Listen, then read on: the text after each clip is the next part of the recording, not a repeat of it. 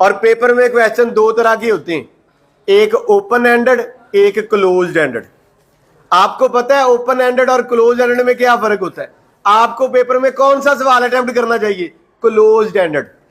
Open ended سوال کیا ہوتا ہے؟ میں ایگزامپل دیتا ہوں.